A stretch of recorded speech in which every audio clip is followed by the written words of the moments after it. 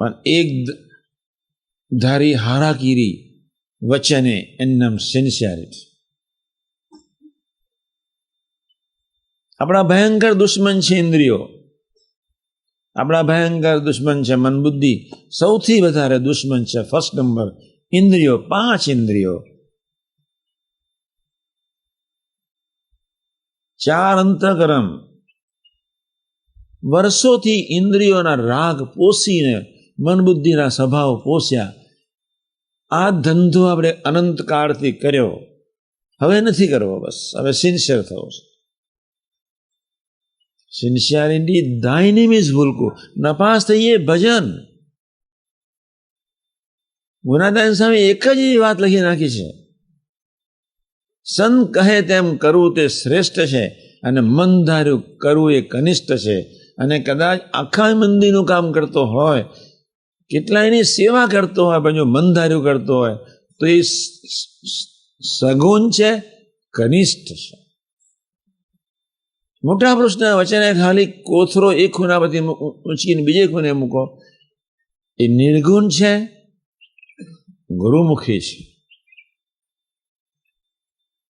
આપણે એક વસ્તુ બહુ પાકી રાખશું, તમે સિન્સિયર થાવ ને તમારા મંડળમાં સિન્સિયરિટીની વાતનો પ્રચાર કરો. ધીમે ધીમે ધીમે ઉતાવળ કરવાની જરૂર નથી. કથા કરનારા સાધકો સેવકો એટલું ખૂબ ધ્યાન રાખે. યથા યોગ્ય પીરસવો. મુમુક્ષુ હોય, સદભાવ હોય, નિષ્ઠાવાન હોય ને આત્મીય હોય. ચારેયને અલગ અલગ પ્રકારે વાતો કરીને એની કક્ષાએ જઈને આપણે ધીમે રહીને શીખવાનું છે. કેડી ઉપર લાડવો મૂકવાની કોઈ જરૂર નથી. જ્ઞાનને એકી સાથે મોકી દેવાની, વોમિટ કરવાની કોઈ જરૂર નથી. એને સમજો અને તમારા લાઈફ સાથે સુસંગત કરો એ વાતને. આ એક દિવસનું Rome was not built in a day. રાજાનો દીકરો જન્મે ને એને ગાદી ન મળે. 18 વર્ષ તો સામાન્ય રીતે જોઈએ જ. એમ આપણે કોઈની પાસે અપેક્ષા રાખ્યા સિવાય આપણી સિન્સિયરિટી, ગુરુ વચને એકધારી જીવવાની જે રુચિ, એ આપણી ઓરિજિનલ સાધના છે. બીજું, સિન્સિયરિટીનો સામાન્ય અર્થ એ છે આપણે ભગવાનના ભક્ત થયા એટલે આપણામાં શિક્ષાપત્રી પ્રમાણેનો વિવેક આવવો જોઈએ.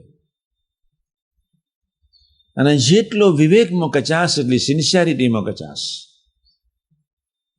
જેટલો વિવેક તમારા સાઉન્ડ એટલી સિન્સિયરિટી ઉત્તરોત્તર વધતી જશે.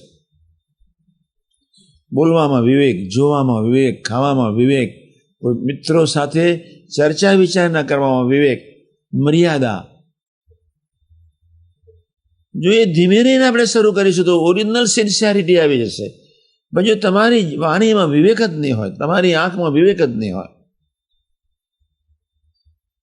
તમારી જીભમાં વિવેક જ નહીં હોય, તો સિન્સિયર આપણે ક્યારે થઈ શકીશું? સિન્સિયરિટીની ત્રીજી શરૂઆત ધીમે ધીમે આપણે એ રીતે કરવી છે કે પ્રાદેશિક સંત અને પ્રમુખને, કાર્યકર્તાઓને આગળ રાખીને કામ કરવું છે. એમને ઉચ્ચારણા કરવા નથી, મનને મૂકીને પણ કામ કરવું છે. કોઈ એવી ભયંકર તકલીફ જેવું લાગતું હોય તો મને પૂછી લેવાની કોઈ વાંધો નથી, પણ એ લોકોની સાથે કોઈ આયોજન સાથે કાર્યકર્તાઓ, પ્રમુખ કે પ્રાદેશિક સંત આવ્યા હોય, you must follow him, them and them. આપણે સામાન્ય રીતે આ વાતને સમજીશું નહીં તો ખરેખરી સિન્સિયરિટી ભગવાનના વચને જીવવા માટેની આવશે નહીં. એટલે ગુરુમુખી જીવન, મનમુખી જીવનનો પ્રલય અને ગુરુમુખી જીવનની શરૂઆત, ગુરુમુખી જીવન ધ્યેય, ડેસ્ટિનેશન, એ જ અંતિમ યાત્રા, એ આપણી ઓરિજિનલ સિન્સિયરિટી છે. ગુરુમુખી જીવન મીન્સ એનું ગમતા પ્રમાણેનું જીવન. એને શું ગમે છે એનો વિચાર કરીને આપણે પગ મૂકવાનો છે, હલનચલન કરવાનો છે, વિચાર કરવાના છે. બાકીના બધા જ વિચારો, બાકીના બધા જ હલનચલનને ફેંકી દેવાના છે. થોડીક વાત પહેલી સમજાવી લો. નિષ્ઠા.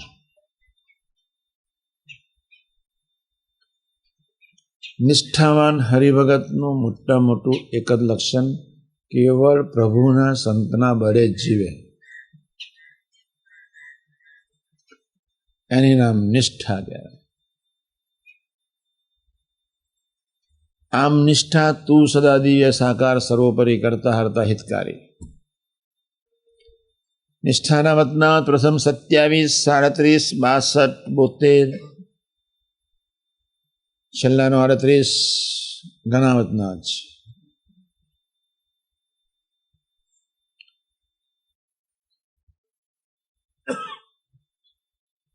નિષ્ઠા આપણા જીવનમાં જોઈએ જ. ગઈકાલે મેં વાત કરી હતી તે પ્રમાણે. એથી વિશેષ નિષ્ઠાનું લક્ષણ એ છે, મહારાજ હું ઠાકર ને ક્રિયા.